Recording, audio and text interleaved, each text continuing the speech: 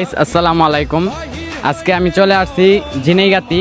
দেখেন ঝিনাইগাতি যে বাড়ি ঘর অনেক ক্ষয়ক্ষতি হয়েছে, তো এখানে আসলাম আজকে দেখার জন্য। এই যে এদিকে একটু দেখান, এই দিক অনেক ক্ষয়ক্ষতি হয়েছে। তো এখানে আসছে ধর্ষব বিল্লাল ভাই এবং নাসা ভাই, তারা আসছে এদেরকে কিছু সাহায্য করার জন্য, তাদের পাশে থাকার জন্য। আসলে ধর্ষব বিল্লাল ভাই মানবতার ফিরিওয়ালা, সবসময় সবার পাশে থাকে। আর কারো আপদ বিপদ হলে তারা যায় সেইখানে। তো আমরাও আসছি, তাদের দেখেন অনেক ক্ষয়ক্ষতি হয়েছে।